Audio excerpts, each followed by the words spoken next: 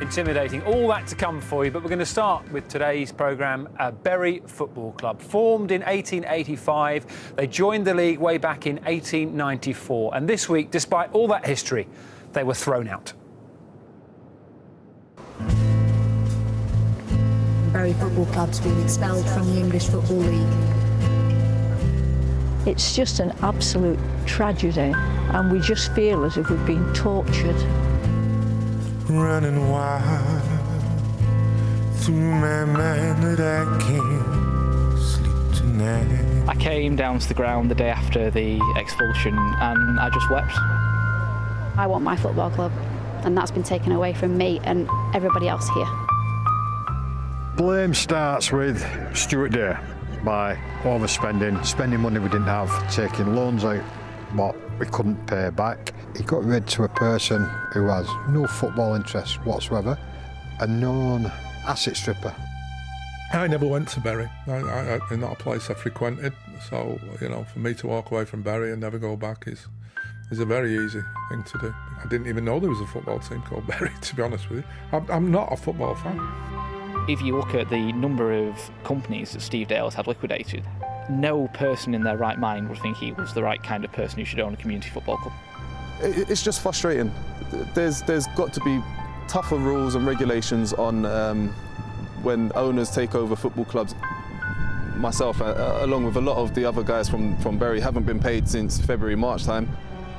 Everyone's got bills to pay, mortgages to pay, you know, families to feed, and it's, you know, you're just helpless. Unbelievably, the Football League does not check that someone has the funds to run a football club when they take it over. They check it at the start of every season. So that's how Steve Dale was allowed to come in December and then not pay staff and players for months while they won the club promotion. I think the EFL needs to be reconstituted. I think the fit and proper person test needs to be rewritten. And actually what we need is a pre-qualification test for even being a consideration of a football league owner. Something catastrophic has happened here, and the EFL let that happen. Bury are hopeful the EFL may reconsider kicking them out of the league. A £7 million takeover bid remains on the table, we understand, following their expulsion. This new deal that came in late on Tuesday, it could have been, you know, the saving deal, but the EFL just weren't open for that. To hear the £7 million sat in a bank account from someone who wants to buy the club and the EFL aren't overturning the decision is horrific, to be honest. The football authorities are happy to trade on the prestige and the history of English football, and that's built on the backs of clubs like Bury, who've been here for 134 years. As soon as that's taken away, a club like Bury is gone, then that devalues the whole competition. I think they owe it to the fans and the rest of the football community to have given Bury more time. The EFL had the choice today to save this football club, and they chose not to take it. The chair of the Football League, Debbie Jevons, coming out and saying lessons have to be learned. Well, the lessons, are we the result of that lesson? Is a football club essentially dying how you learn a lesson? If we finally do go, I think it'll be a domino effect. There'll be people that build looking over the shoulders. There are other clubs in financial problems.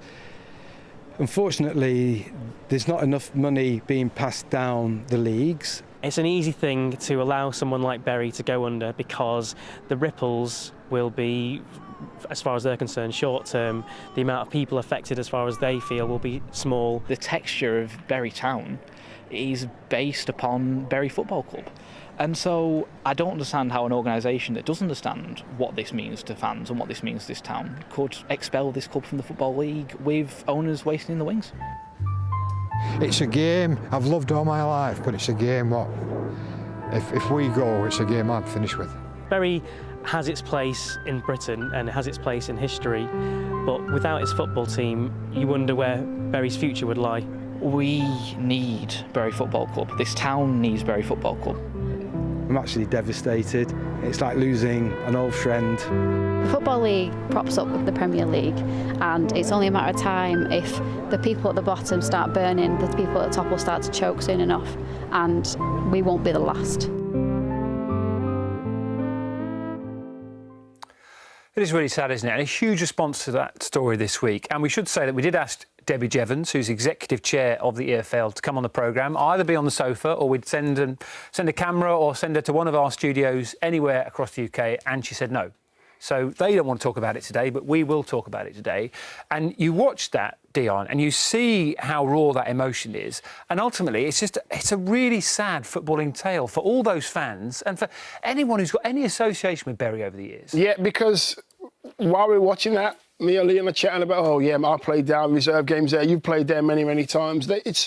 You always get the locals there. People don't travel to Bury to watch Bury. It's just the community always turn out for their club. And I know there's thousands of other clubs like it, but Bury, who have been there for so long, it's so sad that they've been treated in this way. I just think try and keep these clubs within the league. If it means giving another week or 2 weeks, and I know there had to be a club that they had to, make an example of. But why? That's just unfortunate. That's what the fans said, isn't it? Why, if it was another club, a bigger club, the fans, you hear them there. They say it wouldn't have happened to another club. It's happened because we are Bury and because they can almost allow to let us go. Yeah, I don't think it was because it was Bury. I think it's because they were the smaller of the two clubs that at this present time are in difficult times, and the smaller clubs had to take the brunt of it. And we heard from Harry Bunn there. You're both former players, and fans is one part of it, the club is another part of it. But from a player's point of view, there's that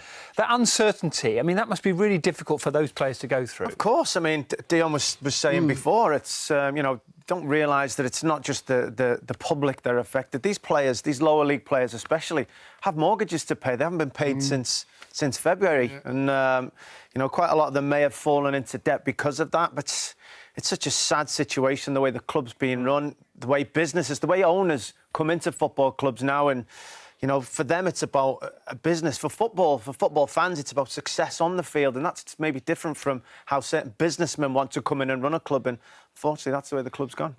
I wanted to make a point that I wanted the fans to know that away from the big money earners in the top league, 100,000, 150,000, I understand, fair enough, but a lot of the other players, 80% of the other players, in my opinion, 85% of the other players who are professional, have to have a mortgage, have to go shopping, have to pay after school care for their kids. They have to pay out money, so they need to be paid. So, I think the way the players have been treated is an absolute disgrace. I had a small bit of this when I was at Cambridge United. Cambridge United was a well-run club, always has been. They had to get some money in. They sold me to Manchester United for $1 million. It kept them above their heads above water. So they made the right decision. Bury obviously have made some really bad decisions. Well, it can happen to a club of any stature. When I was just breaking through into the Everton team, Everton were really struggling for money themselves. The mismanagement of the club through the late 90s had been massive, and pretty much Everton had to sell Wayne Rooney at the time because the phone bills hadn't been balancing paid. Hot waters. Yeah. And even a club as huge as Everton, if you mismanage for a number of years, you can fall into serious decline. And it took Everton a good few years to get back on track, and unfortunately, Bury haven't got that opportunity. Well, one man who's followed this story right from the start is BBC Radio Manchester's Mike Minay.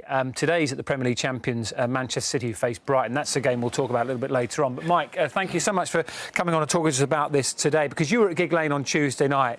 And is it fair to say there was hope right up until the end for Bury?